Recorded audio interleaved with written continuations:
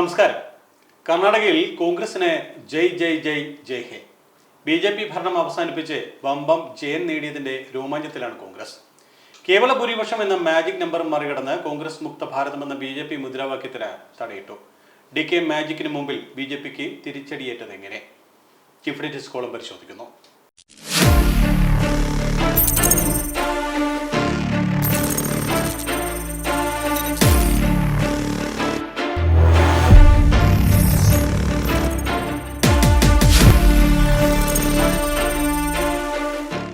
ഈ വിഷയത്തിൽ നിന്ന് നമ്മോടൊപ്പം ചേരുന്നു BJPയുടെ മുതിർന്ന നേതാവ് ശ്രീ ശിവൻകുട്ടി.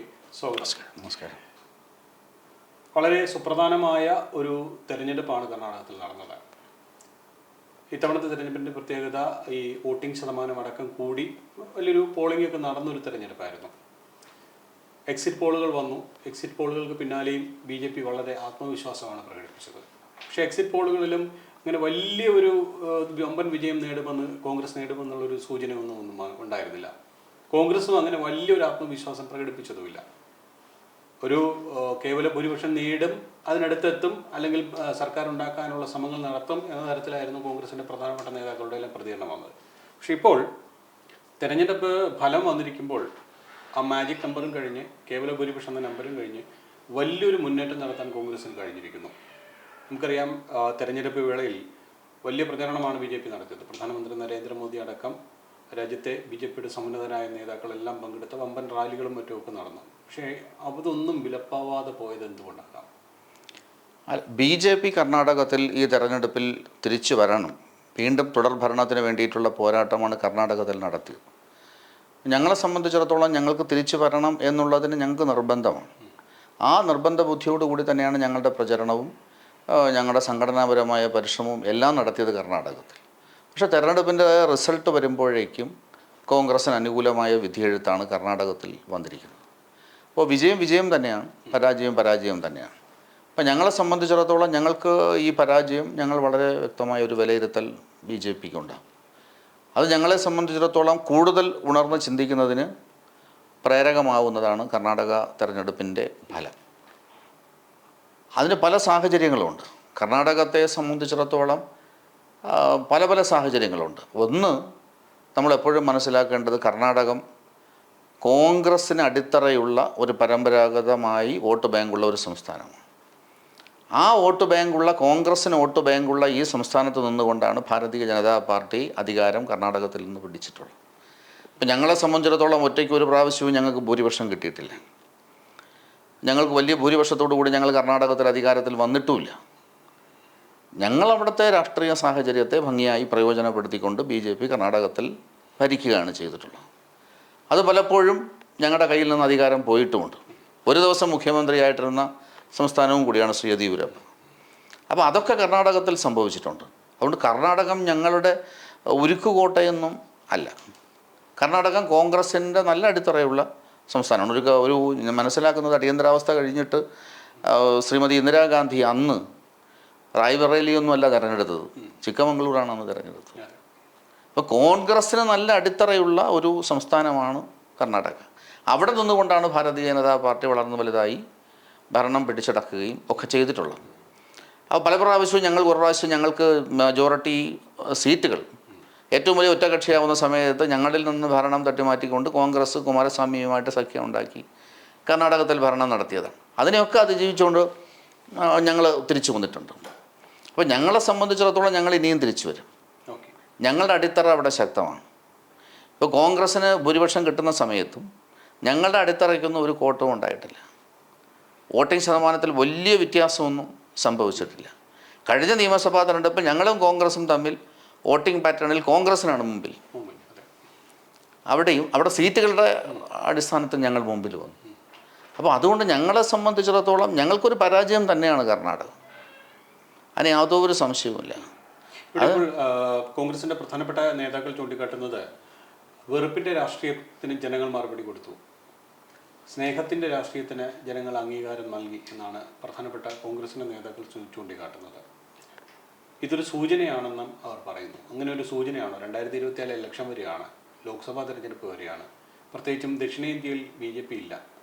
ഈ നേരത്തെ ഞാൻ തുടക്കത്തിൽ പറഞ്ഞതുപോലെ BJP മുക്ത ഭാരതം എന്ന മുദ്രാവാക്യം പലപ്പോഴും BJP മുന്നോട്ട് വെച്ചിട്ടുണ്ട്. പക്ഷേ ഇവിടെ ഇപ്പോൾ BJP മുക്ത ദക്ഷിണേന്ത്യ എന്നാണ് അവർ തിരിച്ചു പറയുന്നത്. അതൊരു വലിയ തിരിച്ചടിയല്ലേ? അല്ല, കോൺഗ്രസ് ഒരു കർണാടകത്തിൻ്റെ വിജയം കണ്ടുകൊണ്ട് കോൺഗ്രസിൻ്റെ അത്തരത്തിലുള്ള പ്രസ്താവനകളൊക്കെ അടിസ്ഥാനരഹിതമാണ്. അത് വെറും ജൽപ്പനകളാണ്. കാരണം ഈ കർണാടക തെരഞ്ഞെടുപ്പിൽ ഞങ്ങളുടെ നിലപാട് ഞങ്ങൾ വെള്ളം ചേർത്തിട്ടൊന്നുമില്ല. കോൺഗ്രസ് ഇനിയാണ് ആ വിലയിരുത്തലുകൾ വരുന്നത്. വിലയിരുത്തലുകൾ ഇനിയും ഉണ്ടാവും. അത് രാജ്യത്തെ ജനങ്ങളോട് പലതും തുറന്ന് പറയേണ്ടിയും വരും. കോൺഗ്രസ്സിന് കനത്ത വില കൊടുക്കേണ്ടി വരും. അവിടെ സഖ്യം ചെയ്തത് ആരുമായിട്ടാണ്? അവിടെ 12.5% മുസ്ലിം സംവരണത്തിൻ്റെ വിഷയം വളരെയധികം ഉയർത്തിക്കാട്ടപ്പെട്ടു. അവിടെ വെറുപ്പിൻ്റെ വിഷയമൊന്നുമല്ല. അല്ല, ആ സമയത്ത് BJPയുടെ തന്നെ ചില സമുന്നതായ നേതാക്കൾ ഞങ്ങൾക്ക് മുസ്ലിം വോട്ടുകൾ വേണ്ട എന്നുള്ള ചില അഭിപ്രായങ്ങൾ ഭാഗത്തുനിന്ന് വന്നു. അത് തിരിച്ചടിയായെന്ന് കരുതുന്നുണ്ടോ? അല്ല, ഞാൻ പറഞ്ഞല്ലോ, അവിടുത്തെ മുസ്ലിം സംവരണത്തിൻ്റെ വിഷയത്തിൻ്റെ പേരിൽ കോൺഗ്രസ് ഉയർത്തിക്കൊണ്ടുവന്നതാണ് വെറുപ്പിൻ്റെ രാഷ്ട്രീയം. സ്നേഹത്തിൻ്റെ രാഷ്ട്രീയമൊന്നുമല്ല കോൺഗ്രസ് ഉയർത്തിക്കൊണ്ടുവന്നത്. പോപ്പുലർ ഫ്രണ്ടായിട്ട് പോലും സന്ധി ഉണ്ടാക്കിക്കൊണ്ടാണ് കോൺഗ്രസ് അവിടെ വോട്ട് പിടിച്ചിട്ടുള്ളത്. അതുകൊണ്ട് കോൺഗ്രസ്സിന് ഭരണം പിടിച്ചടക്കാൻ വേണ്ടി കോൺഗ്രസ് നടത്തിയ ശ്രമത്തിന് കോൺഗ്രസ് കനത്ത വില കൊടുക്കേണ്ടി വരും. ചെറിയ വിലയൊന്നുമല്ല കൊടുക്കേണ്ടി വരുന്നത്. എന്തൊക്കെ മോഹന വാഗ്ദാനങ്ങളാണ് കൊടുത്തത്? വീട്ടിലിരിക്കുന്ന സ്ത്രീകൾക്ക്, ചെറുപ്പക്കാർക്ക്, എല്ലാ വോട്ടർമാർക്കും ഒരു ഒരു ഒരു ഒരു ഒരു ഒരു പരമ്പരാഗതമായി രാജ്യം ഭരിച്ചിരുന്ന, എത്രയോ കാലം രാജ്യം ഭരിച്ചിരുന്ന ഒരു പാർട്ടിയാണ്. വോട്ടിന് വേണ്ടി അല്ലെങ്കിൽ അധികാരത്തിന് വേണ്ടി കോൺഗ്രസ് എടുത്ത സമീപനത്തിന് കനത്ത വില കൊടുക്കേണ്ടി വരും. അതൊക്കെ നമുക്ക് പിന്നെ ഇനി കാത്തിരുന്ന് കാണാം. ഞങ്ങളെ സംബന്ധിച്ചിടത്തോളം ഞങ്ങൾ നിലപാടിൽ ഉറച്ചു നിന്നുകൊണ്ട് തന്നെയാണ് ഞങ്ങൾ ഫൈറ്റ് ചെയ്തത്. ഞങ്ങൾക്കറിയാം അവിടെ വന്നുകൊണ്ടിരിക്കുന്ന രാഷ്ട്രീയം. അവിടെ പോപ്പുലർ ഫ്രണ്ടും SDPIയുമായിട്ടൊക്കെ കോൺഗ്രസ് സന്ധി ഉണ്ടാക്കുന്നത് ഞങ്ങൾക്കറിയാം. അവിടെ നടന്നുകൊണ്ടിരിക്കുന്ന ഞങ്ങൾ നന്നായിട്ട് പ്രചരണം നടത്തി. ഞങ്ങൾ പറഞ്ഞല്ലോ, ഞങ്ങൾക്ക് തിരിച്ചു വരാൻ കണക്കായിട്ട് ഞങ്ങൾ എത്രത്തോളം ശക്തമായി ക്യാമ്പയിൻ കൊടുക്കും. കേരളത്തിൽ നിന്ന് പോലും ആൾക്കാർ അവിടെ മുഴുവൻ സമയം പോയി നിന്നു. അപ്പോൾ ഞങ്ങളെ സംബന്ധിച്ചിടത്തോളം ഞങ്ങൾക്ക് ഭരണം പിടിക്കാൻ വേണ്ടി തന്നെയാണ് ഞങ്ങൾ പോരാടിയത്. അതേസമയം ഉത്തർപ്രദേശിൽ ഇപ്പോൾ പഞ്ചായത്ത് ഇലക്ഷൻ നടക്കുകയാണ്, കോർപ്പറേഷൻ ഇലക്ഷൻ നടക്കുകയാണ്. അവിടെ കോൺഗ്രസ് ഉണ്ടോ? തറ പറ്റിയില്ലേ ഉത്തർപ്രദേശിൽ? എല്ലാ മേയർ തെരഞ്ഞെടുപ്പിലും അവിടെ നടന്നിട്ടുള്ള തെരഞ്ഞെടുപ്പുകളിലൊക്കെ BJP നടത്തുന്നത് വൻ വിജയമാണ്. അല്ല, അതിലിപ്പോൾ തിരിച്ചു പറയുന്നത് ഹിന്ദുത്വം അടക്കമുള്ള കാര്യങ്ങൾ പറഞ്ഞുകൊണ്ടാണ് മുന്നോട്ട് പോകുന്നത്. എത്ര കാലം ഉണ്ടാകുമെന്ന് നമുക്ക് കണ്ടിരുന്ന് കാണാമെന്നാണ്. അത് കോൺഗ്രസിന് കാര്യം മനസ്സിലാവാത്തത് കൊണ്ടാണ്. കോൺഗ്രസിൻ്റെ ചില നേതാക്കന്മാർക്ക് നന്നായിട്ട് കാര്യം മനസ്സിലായിരുന്നു. ഇന്ത്യ എന്ന് പറയുന്ന നമ്മുടെ ഈ രാജ്യത്തിനെ സംബന്ധിച്ചിടത്തോളം ഈ രാജ്യം എന്താണ് എന്ന് കോൺഗ്രസിൻ്റെ ശ്രീമതി ഇന്ദിരാഗാന്ധിക്കടക്കം ഒരു കാലത്ത് തിരിച്ചറിയാമായിരുന്നു. അന്ന് അവരെടുത്ത സമീപനം എന്താണെന്ന് അവർക്കറിയാം. കോൺഗ്രസിൻ്റെ പാരമ്പര്യമൊക്കെ പരിശോധിച്ച് നോക്കിയാൽ മതി, അത് നന്നായിട്ട് തിരിച്ചറിയാൻ സാധിക്കും. ഞങ്ങളെ സംബന്ധിച്ചിടത്തോളം ഞങ്ങളുടെ നിലപാട് പ്രഖ്യാപിത നിലപാടാണ്. ഞങ്ങളത് പറഞ്ഞു, അയോധ്യയിലടക്കം BJP വലിയ വിജയമാണ്. ഈ രാജ്യത്തിൻ്റെ സംസ്കാരം ഉയർത്തിപ്പിടിച്ചുകൊണ്ടുള്ള പോരാട്ടത്തിന് ഞങ്ങൾ മുമ്പോട്ട് തന്നെ പോകും. അവിടെ ഞങ്ങൾ അടിപതറാനൊന്നും പോകുന്നില്ല. ഞങ്ങൾക്ക് വ്യക്തമായ നിലപാടുണ്ട്. ആ നിലപാട് ഞങ്ങൾ ജനങ്ങളോട് പറഞ്ഞിട്ടുണ്ട്. ജനങ്ങളുടെ മുമ്പിൽ പറഞ്ഞുകൊണ്ട് തന്നെയാണ് ഞങ്ങൾ മുമ്പിലോട്ട് പോകുന്നത്. അവിടെ ശക്തമായ ഒരു ഗവൺമെൻറ്റാണ് ഈ രാജ്യം ഭരിക്കുന്നത്, നരേന്ദ്രമോദി സർക്കാർ. അത് ഞാൻ ചോദിച്ചേ, അവിടെ തെരഞ്ഞെടുപ്പ് പ്രചരണം നടത്തിക്കൊണ്ടിരുന്നു കർണാടകത്തിൽ ശ്രീ അമിത്ഷാ, കേന്ദ്ര ആഭ്യന്തരമന്ത്രി. മണിപ്പൂരിൽ വിഷയം ഉണ്ടായപ്പോൾ അദ്ദേഹം നിർത്തി വെച്ചിട്ട് അദ്ദേഹം നേരെ ഡൽഹിയിലോട്ട് പോയി. 48 മണിക്കൂർ കൊണ്ട് മണിപ്പൂരിലെ കലാപം അവസാനിപ്പിച്ചു. എന്നിട്ട് അവിടെ കോൺഗ്രസ് കൊടുത്ത പ്രചരണം എന്താണ്? അവിടുത്തെ ക്രിസ്തീയ 2 സംവരണത്തിൽ ഹൈക്കോടതി നൽകിയ ഉത്തരവാണ്. അതിൽ നിന്ന് നരേന്ദ്രമോദി സർക്കാരിന് എന്ത് പങ്കാണുള്ളത്? അവിടുത്തെ അക്രമം അമർച്ച ചെയ്തത്, അവിടുത്തെ അക്രമം പൊട്ടിപ്പുറപ്പെട്ടതിനെ അവസാനിപ്പിച്ചത് 48 മണിക്കൂർ കൊണ്ട് നരേന്ദ്രമോദി സർക്കാരിൻ്റെ ശക്തമായ നിലപാടാണ്. അതുകൊണ്ട് ഈ രാജ്യത്തെ ജനങ്ങൾക്കറിയാം, ഈ രാജ്യം ഭരിക്കുന്ന ഗവൺമെൻറ്, നരേന്ദ്രമോദി സർക്കാർ, അത് വളരെ ശക്തമായ ഗവൺമെൻറ്റാണ്. ഈ രാജ്യത്തെ എല്ലാ വിഭാഗം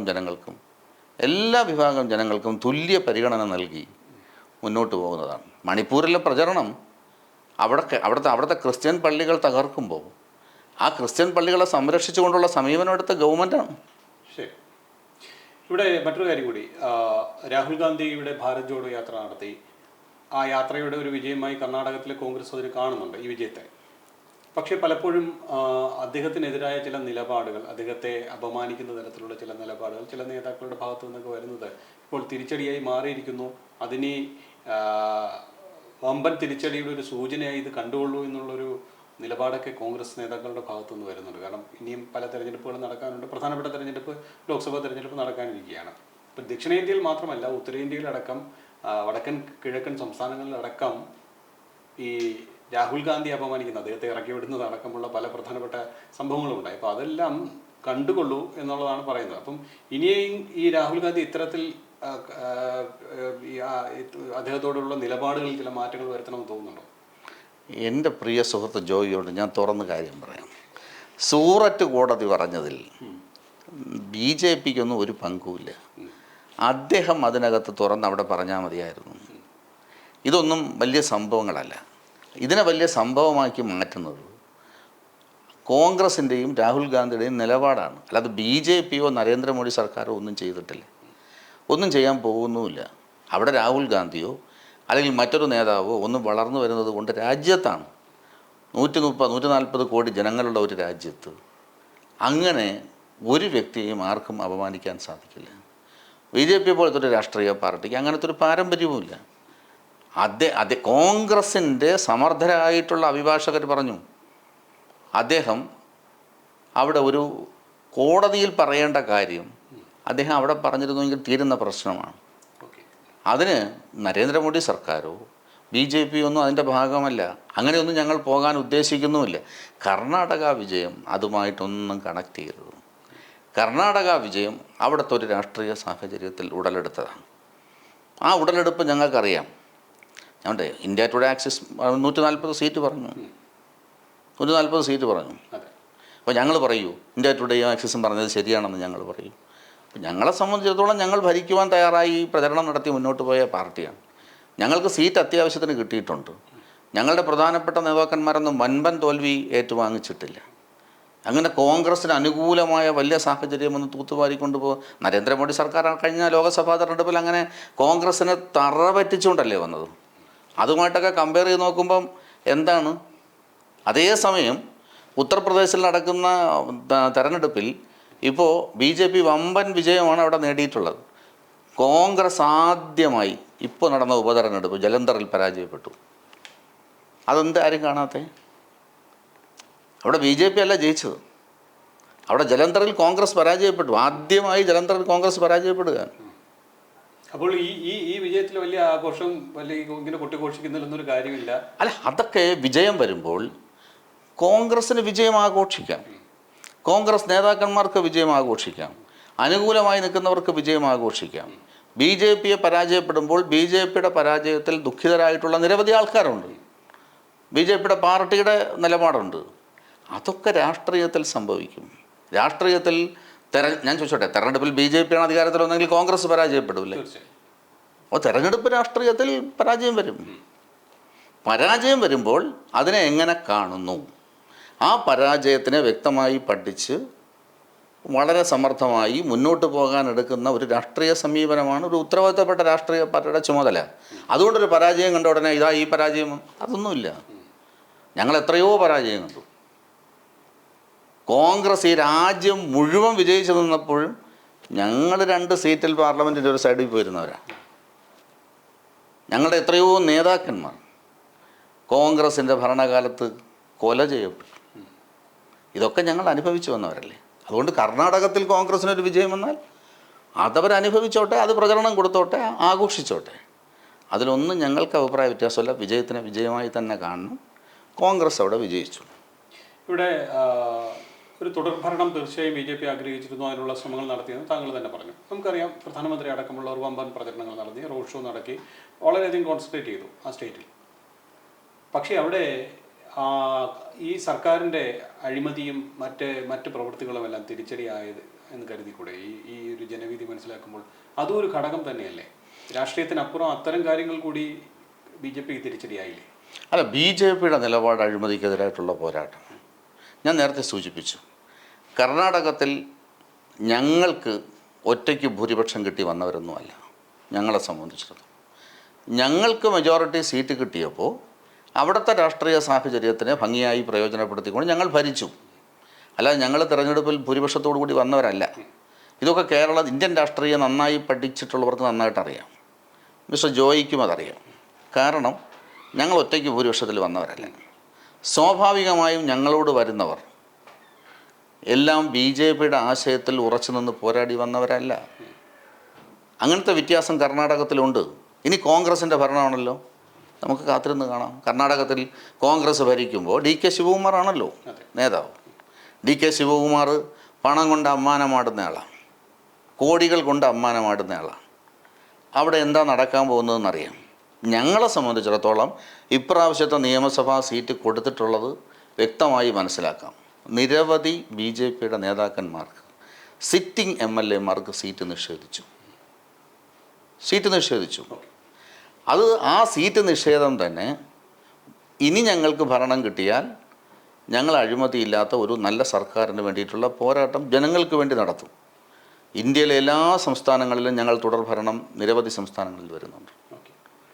ഇപ്പോൾ ത്രിപുരയിൽ CPMും കോൺഗ്രസും കൂടെ ഒരുമിച്ച് നിന്ന് ഞങ്ങളെ പരാജയപ്പെടുത്താൻ ശ്രമിച്ചു.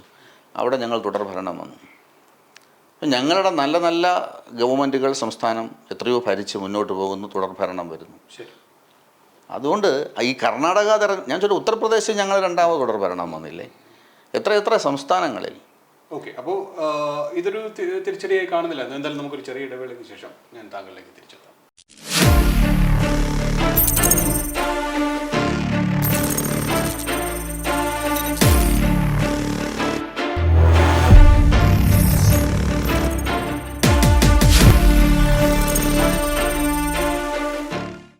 എന്തായാലും കോൺഗ്രസ് വലിയ ആഹ്ലാദത്തിലാണ്. അവർ ഈ പറഞ്ഞതുപോലെ തന്നെ അവരുടെ പ്രവൃത്തികളും അല്ലെങ്കിൽ അവരുടെ തെരഞ്ഞെടുപ്പ് വാഗ്ദാനങ്ങളും എല്ലാം ജനങ്ങൾ കുറേയൊക്കെ ഏറ്റെടുത്തു എന്നുള്ളതിൻ്റെ ഒരു സൂചന തന്നെയാണ്. പക്ഷെ മറുവശത്ത് കേന്ദ്ര ഭരണം എന്നുള്ളൊരു ആനുകൂല്യം, ഒരുപാട് വാഗ്ദാനങ്ങൾ ഇപ്പോൾ ഭരണത്തിലിരിക്കുന്ന BJP മുന്നോട്ട് വെച്ചു. പക്ഷെ അതൊന്നും ഫലം കാണാതെ പോയത് എന്തുകൊണ്ടാകാം? കേന്ദ്ര ഭരണം എന്നുള്ളതോ അല്ലെങ്കിൽ കേന്ദ്രത്തിൽ നിന്ന് ലഭിക്കുന്ന ആനുകൂല്യങ്ങൾ അടക്കമുള്ള പല സാഹചര്യങ്ങളും ഇപ്പോൾ നിലനിൽക്കുമ്പോൾ ജനം തിരിച്ചു ചിന്തിച്ച് എന്തുകൊണ്ടാകാം? അല്ല, കർണാടകത്തിൽ ഒരു വലിയ ബൾക്ക്, വലിയൊരു ശതമാനം വോട്ട് കോൺഗ്രസ്സിന് ഒരുമിച്ച് പോൾ ചെയ്യപ്പെട്ടു. 12.5% വോട്ട് കർണാടക സംസ്ഥാനത്ത്, 12.5% വോട്ട് ഒരു വിഭാഗത്തിൻ്റെതാണ്. സംവരണ വിഷയത്തിൽ ആ വിഭാഗം പൂർണ്ണമായി ഞങ്ങൾക്കെതിരായി. ആ എതിരായ വോട്ട് നേരെ പോയത് കോൺഗ്രസ് സംവിധാനത്തിലോട്ടാണ്. SDP-യും പോപ്പുലർ ഫ്രണ്ടും എല്ലാം ആ വോട്ട് ഭിന്നിച്ച് പോകാതെ, ചിതറിപ്പോകാതെ സംരക്ഷിച്ച് കോൺഗ്രസിൻ്റെ സംവിധാനത്തിലെത്തിച്ചു. അതവിടെ നേടിയ ഒരു മേൽക്കോയ്മയാണ്. ഹിജാബ് വിഷയമടക്കം ഉയർത്തപ്പെട്ട സംസ്ഥാനമാണ് കർണാടകം. ആ കർണാടകത്തിൽ ഹിജാബ് വിഷയം അടക്കം ഉയർത്തപ്പെട്ട ഒരു സംസ്ഥാനത്ത് ഞങ്ങൾക്കെതിരെ എടുക്കുന്ന നിലപാടുകൾ വളരെ വ്യക്തമാണ്. കോൺഗ്രസ് അതിന് കൊടുത്ത പരിപൂർണ പിന്തുണയാണ്. അവിടെ കേന്ദ്രഭരണമോ കേന്ദ്രഭരണത്തിൻ്റെ വികസനമോ ഒന്നുമല്ല അവിടെ ചർച്ച ചെയ്യപ്പെട്ടത്. അവിടെ ചർച്ച ചെയ്യപ്പെട്ട വിഷയം ഒരു മതപരമായ വിഷയമാണ്. അവിടെ സംവരണത്തിൻ്റെ പേരിലുണ്ടായ ഒരു വിഷയമാണ്. സുപ്രീം കോടതിയിൽ ആ വിഷയം നിൽക്കുന്നു, അത് നടക്കട്ടെ. പക്ഷെ ഞാൻ പറയുന്നത്, കർണാടകത്തിലൊരു സാഹചര്യം ഉണ്ടായി. ആ സാഹചര്യത്തിൽ കർണാടകത്തിൽ വന്നു. ആ രാഷ്ട്രീയ സാഹചര്യമല്ല മറ്റ് സംസ്ഥാനങ്ങളിൽ.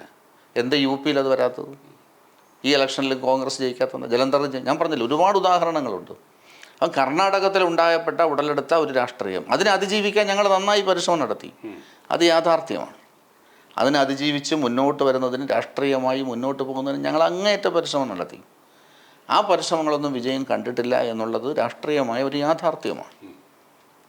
പിന്നെ ഞങ്ങളൊരു നേതാവിനെ ഉയർത്തിപ്പിടിച്ചുകൊണ്ട് കർണാടകത്തിൽ ഈ തെരഞ്ഞെടുപ്പിൽ ഞങ്ങൾ അങ്ങനെ ശ്രമിച്ചിട്ടില്ല. ഒരു വലിയ, ഞങ്ങളെ സംബന്ധിച്ചിടത്തോളം ഞങ്ങൾക്ക് ആത്മവിശ്വാസം ഉണ്ടായിരുന്നു. ജനങ്ങളുടെ ഭാഗത്തു നിന്ന് ഞങ്ങൾക്ക് അനുകൂലമായ ഒരു പ്രതികരണം ഉണ്ടാകും. അതിനനുസരിച്ച് നല്ല പോരാട്ടം നടത്തി. നരേന്ദ്രമോദി, പ്രധാനമന്ത്രി ബഹുമാനായ നരേന്ദ്രമോദിജി യാത്ര ചെയ്ത ഭാഗത്തൊക്കെ ഞങ്ങൾ ആ ഭാഗത്തെ സീറ്റുകളൊക്കെ ഞങ്ങൾ വിജയിച്ചു. തീരദേശ മേഖലകൾ കേന്ദ്രീകരിച്ചാണല്ലോ കുറച്ച് കൂടുതൽ നേട്ടങ്ങൾ. അവിടെ ഞങ്ങൾ വലിയ പരാജയത്തിലല്ല, എന്നാലും കോൺഗ്രസിനാണ് അവിടെ അപ്പർ ഹാൻഡ് വന്നിട്ടുള്ളത്. പക്ഷെ ഞാൻ പറഞ്ഞല്ലോ, കർണാടക രാഷ്ട്രീയത്തിൽ ഒരു പരാജയം വന്നിട്ടുണ്ട്. ആ പരാജയം ഞങ്ങളെ സംബന്ധിച്ചിടത്തോളം വ്യക്തമായ വിലയിരുത്തലുണ്ടാവും, വ്യക്തമായ പഠനം ഉണ്ടാവും. ഞങ്ങളത് മനസ്സിലാക്കിക്കൊണ്ട് തന്നെ ഞങ്ങളത് അതിജീവിക്കും. കർണാടകത്തിൽ അടുത്ത ലോക്സഭാ തെരഞ്ഞെടുപ്പിലെ പരമാവധി സീറ്റുകൾ നരേന്ദ്രമോദി സർക്കാരിന് അനുകൂലമായ വിധിയെഴുത്തുണ്ടാക്കി എടുക്കുന്നതിന് വേണ്ടി ഞങ്ങൾ പരിശ്രമിക്കും. ഓക്കെ, മറ്റൊരു കാര്യം കൂടി, ഇവിടെ ഇപ്പോൾ ഈ BJPയുടെ തന്നെ പ്രധാനപ്പെട്ട നേതാക്കളുണ്ട്, ഷെട്ടാർ അടക്കമുള്ള, പക്ഷേ അദ്ദേഹം ദയനീയമായി പരാജയപ്പെട്ടു പോയി. അത് മറ്റൊരു വശം. അത് അദ്ദേഹത്തോടൊപ്പം നിരവധി ഈ BJP സീറ്റ് കിട്ടാത്തതും BJPയുമായി ചില ഭിന്നതകളുടെ പേരിൽ അവിടെ നിന്ന് പോയ കുറേ നേതാക്കളുണ്ട്. അപ്പോൾ അതൊരു തിരിച്ചടിയായി എന്ന് കരുതുന്നുണ്ടോ? അവരെയൊക്കെ കൂടെ നിർത്തിയിരുന്നുവെങ്കിൽ ഒരു പക്ഷേ കുറച്ചുകൂടെ സീറ്റുകൾ നേടി കോൺഗ്രസിനൊരു ഫൈറ്റ് കൊടുക്കാമായിരുന്നു എന്ന് തോന്നുന്നുണ്ടോ? അല്ല, നല്ല ഫൈറ്റ് തന്നെയായിരുന്നു. കോൺഗ്രസും ഇത്രത്തോളം സീറ്റ് വരുമെന്നൊന്നും പ്രതീക്ഷിച്ചുകൊണ്ടൊന്നുമല്ല മുന്നോട്ട് പോയിട്ടുള്ളത്. ഞാൻ പറഞ്ഞല്ലോ, അവിടെ വന്നിട്ടുള്ള ചില ഇക്വേഷൻസാണ്, അത് പൂർണ്ണമായും പഠിക്കണം. അത് ഇനി നമുക്ക് മനസ്സിലാക്കാൻ സാധിക്കും. അവിടെ വന്നിട്ടുള്ള ചില ഇക്വേഷൻസാണ് കോൺഗ്രസിന് അനുകൂലമായ സാഹചര്യം സൃഷ്ടിച്ചത്. ഇപ്പോൾ ഞാൻ നേരത്തെ സൂചിപ്പിച്ചതുപോലെ ഞങ്ങളുടെ കൂടെ നിന്നവരെല്ലാം പാരമ്പര്യമായ ഭാരതീയ ജനതാ പാർട്ടിയുടെ പ്രവർത്തകരോ നേതാക്കന്മാരോ അല്ല, പല പാർട്ടികളിൽ നിന്ന് വന്നവരാണ്. ആ പല പാർട്ടികളിൽ നിന്ന് വന്നവർക്ക് തിരിച്ചു പോകാനുള്ള സ്വാതന്ത്ര്യമൊക്കെ ഉണ്ട്. അപ്പോൾ അത് അവിടെ പലപ്പോഴും ആ ഇക്വേഷൻസ് പലപ്പോഴും നമുക്ക് ദോഷമായി വന്നിരിക്കാം. അതൊക്കെ ഇനി നമുക്ക് ഒരു ചർച്ചയിലൂടെ അല്ലെങ്കിൽ ഒരു പഠനത്തിലൂടെ നമുക്ക് സാധിക്കൂ. എന്തായിരുന്നാലും കർണാടകത്തിൽ ഞങ്ങൾ വിജയിക്കേണ്ടതായിരുന്നു. ഞങ്ങൾ വിജയിക്കും. പ്രധാനപ്പെട്ട ചില സമുദായങ്ങളുണ്ട്, ലിംഗായത്ത് അടക്കമുള്ള പ്രധാനപ്പെട്ട സമുദായങ്ങൾ, അവരെടുക്കുന്ന നിലപാട് വളരെ ശക്തമാണ്. അവരെയൊക്കെ കൂടെ നിർത്തുന്നതിൽ ഏതെങ്കിലും തരത്തിൽ വീഴ്ച വന്നു എന്ന് വിലയിരുത്തലുണ്ട്? അല്ല, അങ്ങനെ ഇപ്പോൾ റിപ്പോർട്ടുകൾ സൂചിപ്പിക്കുന്നു, മാധ്യമ റിപ്പോർട്ടുകൾ അങ്ങനെ സൂചിപ്പിക്കുന്നു. ഇപ്പോൾ യെദ്യൂരപ്പയെ മുഖ്യമന്ത്രിയാകും എന്നുള്ള പ്രതീക്ഷ കൊടുത്തില്ല. അങ്ങനെയൊക്കെ പല ചർച്ചകൾ പുറത്തു വരുന്നു. അതിൻ്റെ യാഥാർത്ഥ്യം എന്താണ് എന്നുള്ളത് BJPയെ സംബന്ധിച്ചിടത്തോളം ആധികാരികമായി പറയുമ്പോഴേ ഞങ്ങൾക്കെല്ലാം അതിനെ സംബന്ധിച്ചൊരു വ്യക്തത പറയാൻ സാധിക്കും. പക്ഷെ പല റിപ്പോർട്ടുകളും ഇപ്പോൾ കർണാടകത്തിൽ നിന്ന് വരുന്നു. അപ്പോൾ ഇതുപോലത്തെ റിപ്പോർട്ടുകൾ വരുന്നു. അപ്പോൾ അതൊക്കെ ഒരു തരത്തിൽ ഞാൻ പറഞ്ഞല്ലോ, ഒരു സോഷ്യൽ എഞ്ചിനീയറിങ്ങിൽ ചിലപ്പോൾ പരാജയപ്പെട്ടേക്കാം. എത്രയോ തെരഞ്ഞെടുപ്പുകളിൽ ഞങ്ങൾ വിജയിക്കുന്നു, വൻ വിജയം ചെയ്യുന്നു, കോൺഗ്രസ് അങ്ങേയറ്റം പതറുന്നു. അപ്പോൾ ഇവിടെ ഒരു വിജയം കോൺഗ്രസ്സിനുണ്ടായി. അത് പല സാഹചര്യങ്ങൾ കോൺഗ്രസ് ഭംഗിയായിട്ട് പ്രയോജനപ്പെടുത്തിയിരിക്കാം. അതൊരു സോഷ്യൽ എഞ്ചിനീയറിങ്ങിൽ ഞങ്ങൾക്കൊരു വീഴ്ച വന്നു. ആ വീഴ്ച എന്താണെന്ന് പഠിച്ചുകൊണ്ട് തന്നെ മുമ്പോട്ട് പോകണം. ഞാൻ പറഞ്ഞല്ലോ, ഞങ്ങൾക്കിപ്പോൾ ഇത്രയും കോൺഗ്രസ്സിന് അനുകൂലമായ സാഹചര്യം വന്നപ്പോഴും ഞങ്ങളുടെ വമ്പൻ പരാജയമൊന്നുമല്ല വന്നിരിക്കുന്നത്. ഇല്ല, ഇവിടെ ഇപ്പോൾ വോട്ടിംഗ് ശതമാനം പരിശോധിക്കുമ്പോൾ കഴിഞ്ഞ തവണ നേടിയ വോട്ടിംഗ് ശതമാനം BJPയുടെ ബേസ് ഉണ്ട്. JDSന്റെ വോട്ടിംഗ് ശതമാനം കുറഞ്ഞിട്ടുണ്ട്. കോൺഗ്രസിന് ഒരു 4-5 ശതമാനത്തോളം കൂടിയിട്ടുണ്ട്, വർദ്ധിച്ചിട്ടുണ്ട്. അപ്പോൾ ഈ JDSന്റെ ഒരു തകർച്ച കോൺഗ്രസിനെ സഹായിച്ചു എന്നൊരു വിലയിരുത്തലേക്ക് എത്തുമോ? അല്ല, ഞാൻ പറഞ്ഞല്ലോ, JDSന്റെ തകർച്ച എത്രത്തോളം ഉണ്ട് എന്നുള്ളത് അത് പരിശോധിക്കപ്പെടേണ്ട. JDS എന്നാലും JDS ഒരു 22 സീറ്റ് അവർ നേടിയിട്ടുണ്ട്. ഞാൻ എത്ര കൃത്യമായി ഞാൻ ഓർക്കുന്നില്ല. എന്നാലും അവർ സീറ്റ് നേടിയിട്ടുണ്ട്. ഇതെന്നല്ലേ കോൺഗ്രസ്സിന് അനുകൂലമായ ഒരു സാഹചര്യം അവിടെ പല സാഹചര്യത്തിലാണ്. ഒരു 12.5% വോട്ടൊക്കെ ഒരുമിച്ച് ഒരു സ്ഥലത്ത്, ആകെയുള്ള ടോട്ടൽ പോപ്പുലേഷനിൽ 12.5% വോട്ടൊക്കെ ഒരു സ്ഥലത്ത് ഒരുമിച്ച് പോളിയുക എന്ന് പറഞ്ഞാൽ അത് ബൾക്ക് വോട്ടാണ്, അത് ഉറപ്പാണ്. അതിന് ഞങ്ങൾക്ക് വന്നിട്ടില്ല, ഞങ്ങൾക്കത് വന്നിട്ടില്ല. അത് തെരഞ്ഞെടുപ്പ് സമയത്തെ വ്യക്തമാണ്. അത് അവിടെ സംവരണ വിഷയത്തിൽ ഞങ്ങൾ എടുത്തിട്ടുള്ള നിലപാടുകളാണ്. അപ്പോൾ ഇതൊക്കെ ഞങ്ങൾ പരസ്യമായി എടുത്തിട്ടുള്ളതാണ്. സ്വാഭാവികമായിട്ടും രാഷ്ട്രീയമായി കോൺഗ്രസ് അത് പ്രയോജനപ്പെടുത്തും. ആ പ്രയോജനപ്പെടുത്തൽ അവിടെ നടന്നിട്ടുണ്ട്. അവിടെ കുറച്ച് കാലമായി നടക്കുന്ന വിഷയങ്ങളുണ്ട് ഇതുമായി ബന്ധപ്പെട്ടിട്ട്. അപ്പോൾ ഇതൊക്കെ ഭംഗിയായിട്ട് അവിടെ കോൺഗ്രസ് പ്രയോജനപ്പെടുത്തിയിട്ടുണ്ട്. ആ പ്രയോജനപ്പെടുത്തലിൽ കോൺഗ്രസിന് രാഷ്ട്രീയമായി ഗുണം ചെയ്തു. അതാണ് അവിടുത്തെ റിസൾട്ട്. ഓക്കെ, നമുക്കറിയാം കർണാടകത്തിലെയും ആന്ധ്രയിലെയും തമിഴ്നാട്ടിലെയൊക്കെ തിരഞ്ഞെടുപ്പ് ഫലം കേരളം വിശദമായി ചർച്ച ചെയ്യും, കൂടുതൽ ശ്രദ്ധിക്കപ്പെടുകയും ചെയ്യുന്നൊരു സംസ്ഥാനമാണ് നമ്മുടെ കേരളം. BJP ഒരു മുന്നേറ്റം നടത്താനുള്ള ശ്രമം നടത്തിക്കൊണ്ടിരിക്കുകയാണ് കേരളത്തിൽ. നമുക്ക് കഴിഞ്ഞ കുറേ നാളുകളായി വിവിധ സമുദായ നേതാക്കളെ കാണുന്നു. അതുപോലെ തന്നെ BJPയിലേക്ക് അടുക്കാൻ സാധിക്കാത്ത വിഭാഗങ്ങളെ കൂടുതൽ അടുപ്പിക്കാനുള്ള ശ്രമം നടത്തുന്നു. അങ്ങനെയുള്ള പല ശ്രമങ്ങളും നടത്തുന്നുണ്ട്. വലിയൊരു മുന്നേറ്റത്തിനുള്ള ശ്രമം BJPയുടെ ഭാഗത്തുനിന്ന് വന്നുകൊണ്ടിരിക്കുകയാണ്. പക്ഷേ ഈ കർണാടകയിൽ നിന്ന് ഇപ്പോൾ ഏറ്റവും ഒരു പരാജയം അത് ഈ മുന്നോട്ട് പോക്കിനൊരു തടസ്സമാകും അല്ലെങ്കിൽ ഒരു തിരിച്ചടിയാകുമെന്ന് കരുതുന്നുണ്ട്? ഒരിക്കലുമില്ല. കാരണം എന്താണെന്ന് വെച്ചാൽ ഇത് കർണാടക രാഷ്ട്രീയമാണ്. അതിന് കേരളത്തിൻ്റെ സാഹചര്യം എന്ന് പറയുന്നത് അവിടെ CPM വിജയിച്ചിട്ടില്ല. ഒരു പരാജയപ്പെട്ടു. ഒരു സീറ്റുള്ളത് CPM അവിടെ പരാജയപ്പെട്ടു. അവിടെ CPMന് അനുകൂലമായിട്ടൊന്നും ജനം വിധി എഴുതിയിട്ടില്ല. കേരളത്തിൻ്റെ ബോർഡർ പ്രദേശമാണ് മംഗലാപുരമൊക്കെ. അവിടെ പോലും CPM ജനങ്ങൾ കൈ കൊടുത്തിട്ടില്ല. അവിടെ വിജയിച്ചത് കോൺഗ്രസ്സാണ്. അതൊരു DK ശിവകുമാർ, സിദ്ധാരാമയ്യ, അത് അങ്ങനത്തെ ഒരു സംവിധാനമാണ് അവിടെ. അവിടുത്തെ കർണാടക രാഷ്ട്രീയം കേരള രാഷ്ട്രീയത്തിൽ നിന്നൊക്കെ വളരെ വ്യത്യാസമാണ്. അപ്പം കേരളത്തിലെ ജനങ്ങൾ അനുഭവിച്ചുകൊണ്ടിരിക്കുന്ന വിഷയവും കർണാടകത്തിലെ ജനങ്ങൾ അനുഭവിക്കുന്ന വിഷയം രണ്ടും രണ്ടാണ്. അപ്പോൾ ഒരു തെരഞ്ഞെടുപ്പ് വന്നു. ഞങ്ങൾക്ക് വലിയ പരമ്പരാഗതമായി സ്വാധീനമില്ലാത്തൊരു സംസ്ഥാനമാണ് കർണാടക. അവിടെ കോൺഗ്രസ്സിന് പരമ്പരാഗതമായ സ്വാധീനമുള്ള മേഖലയാണ്. അവിടെ കോൺഗ്രസ് വന്നു. അതുകൊണ്ട് ഞങ്ങൾക്ക് അവിടെ ഒരു വലിയ പരാജയം സംഭവിച്ചു എന്നുള്ള വിലയിരുത്തലൊന്നും ഞങ്ങൾക്കില്ല. പക്ഷെ ഞങ്ങൾക്ക് പരാജയം വന്നിട്ടുണ്ട്. അതേസമയം ഞങ്ങൾക്ക് ഞങ്ങളുടെ അടിത്തറയ്ക്ക് ഒരു കോട്ടവും വന്നിട്ടില്ല. ഞങ്ങൾ അടിത്തറ ശക്തമായിട്ട് തന്നെ അവിടെ നിൽക്കുകയാണ്. ഇത് രാഷ്ട്രീയം അറിയാവുന്നവർക്ക് തിരിച്ചറിയാൻ സാധിക്കും. തീർച്ചയായിട്ടും അറിയാൻ സാധിക്കും. രാഷ്ട്രീയം മനസ്സിലാക്കുന്നവർക്കും അറിയാം. അപ്പോൾ ഇന്ത്യൻ രാഷ്ട്രീയത്തിൽ BJPയുടെ സ്വാധീനം, പ്രധാനമന്ത്രി നരേന്ദ്രമോദിജിയുടെ വ്യക്തിപ്രഭാവം, ഇതൊക്കെ എല്ലാവർക്കും തിരിച്ചറിയാം. അപ്പോൾ സ്വാഭാവികമായിട്ടും കേരളത്തിലെ ജനങ്ങൾ അനുഭവിക്കുന്ന ബുദ്ധിമുട്ടുണ്ട്. കേരളത്തിൽ എന്ത് പ്രൊഡക്ഷനാണ് നടക്കുന്നത്? കേരളത്തിലെ ജനങ്ങൾക്ക് അനുകൂലമായി എന്ത് സാഹചര്യമാണുള്ളത്? രാഷ്ട്രീയത്തിൽ കുറേ പ്രസ്താവനകളും കുറേ പ്രഖ്യാപനങ്ങളും അല്ലാതെ അടിസ്ഥാനപരമായി എന്ത് വിഷയമാണ് നടക്കുന്നത്? താനൂർ ബോട്ടപകടം വന്നു. താനൂർ ബോട്ടപകടം വന്നപ്പോൾ തൊട്ട് പുറകെ കൊട്ടാരക്കര ആശുപത്രിയിലെ ഡോക്ടർക്കുണ്ടായ സംഭവം. ഞാനിതൊക്കെ പറയാം. കേരളത്തിലെ സർക്കാർ ജീവനക്കാർ, മാർക്സിസ്റ്റ് പാർട്ടിയിൽ വിശ്വസിക്കുന്ന സർക്കാർ ജീവനക്കാരടക്കം കേന്ദ്ര ഗവൺമെൻറ് 3 DA കൊടുത്തു. DA കൊടുക്കാത്തെന്താ? DA കൊടുത്തിട്ടില്ല. 3 DA കൊടുത്തിട്ടില്ല.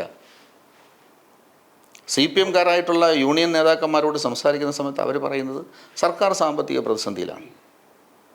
സർക്കാർ സാമ്പത്തിക പ്രതിസന്ധിയിലാണ്. ഇപ്പോൾ അബുദാബിയിൽ നടക്കുന്നത് അവിടുത്തെ ഗ്ലോബൽ, അവിടെ നിക്ഷേപകരെ വിളിക്കുന്ന ആ രാജ്യത്തിൻ്റെ അവിടുത്തെ ഗവൺമെൻറ് സംഘടിപ്പിക്കുന്ന പരിപാടിയാണ്. ഈ സംസ്ഥാനത്തെ ഇന്ത്യ രാജ്യത്തെ ഒരു മുഖ്യമന്ത്രിമാരെ അങ്ങോട്ട് വിളിച്ചിട്ടില്ല. ഒരു മുഖ്യമന്ത്രിക്കും അവിടെ പ്രത്യേക റോളുമില്ല. കേരള മുഖ്യമന്ത്രി പോകാൻ വേണ്ടിയിട്ട് ചോദിച്ചിരിക്കുകയാണ്. കേരള മുഖ്യമന്ത്രിക്ക് അവിടെ ഒരു റോളുമില്ല. ഇതാണ് കേരളം പോലെയുള്ള സംസ്ഥാനത്ത് നടക്കുന്നത്. പക്ഷേ ഈ തിരിച്ച് കോൺഗ്രസ് പറയുന്നത് ഇവിടെ BJP CPM കൂട്ടുകെട്ടാണെന്നാണല്ലോ. ഒരു കോൺഗ്രസ് മുക്ത കേരളത്തിന് വേണ്ടി അങ്ങനെ ഒരു കൈകൊടുത്ത് പിണറായി വിജയൻ അടക്കമുള്ളവർ ചേർന്നൊരു ഒത്തുകളി നടത്തുന്നു എന്നുള്ള ആക്ഷേപം വരുന്നു. അതാണ് കോൺഗ്രസ് ജനങ്ങളെ വിഡ്ഢികളാക്കുന്നു എന്ന് പറയുന്നത്. കാരണം കോൺഗ്രസ് CPMുമായി ചേർന്ന് ത്രിപുരയിലും പശ്ചിമ ബംഗാളിലും തമിഴ്നാട്ടിലുമൊക്കെ ഒരുമിച്ച് വോട്ട് പിടിക്കുന്ന പാർട്ടിയാണ്. സീതാറാം യെച്ചൂരി എന്ന് പറയുന്ന CPMൻ്റെ all India general secretary Shrimati സോണിയാഗാന്ധിയുമായും രാഹുൽ ഗാന്ധിയുമായി ദൈനംദിനം ചർച്ച ചെയ്ത് രാഷ്ട്രീയ നിലപാടെടുക്കുന്നവരാണ്. കേരള രാഷ്ട്രീയത്തിൻ്റെ സാഹചര്യത്തിൽ CPM കോൺഗ്രസിനെതിരെ നിൽക്കുന്നു, കോൺഗ്രസ് CPM. എത്രയോ കാര്യങ്ങളിൽ, എത്രയോ രാഷ്ട്രീയ വിഷയങ്ങളിൽ CPMും കോൺഗ്രസ് ഒരുമിച്ച് വന്നിട്ടുണ്ട്. കേരളത്തിൽ പോലും നിയമസഭയിൽ എത്ര പ്രമേയം പാസ്സാക്കിയതിന് CPMും കോൺഗ്രസ് ഒരുമിച്ച് വന്നിട്ടുണ്ട്, UDFും LDFും. അതുകൊണ്ട് ഈ പറയുന്നതൊന്നും ജനങ്ങൾക്ക് മനസ്സിലാവും. CPM കോൺഗ്രസുമായിട്ടുള്ള സഖ്യവും കോൺഗ്രസ്സിന് CPMുമായിട്ടുള്ള സഖ്യവും ജനങ്ങൾക്ക് തിരിച്ചറിയാം. അവിടെ BJP പറയുമ്പോൾ ജനങ്ങൾ പുച്ഛിച്ച് തള്ളേ ഉള്ളൂ. ജനങ്ങൾക്ക് നന്നായിട്ടറിയാം. ജനങ്ങളുടെ ആഗ്രഹം കേരളത്തിൽ BJPക്ക് MLAമാരുണ്ടാവണം, BJP കേരളത്തിൽ അധികാരത്തിലേക്ക് വരണമെന്നാണ്.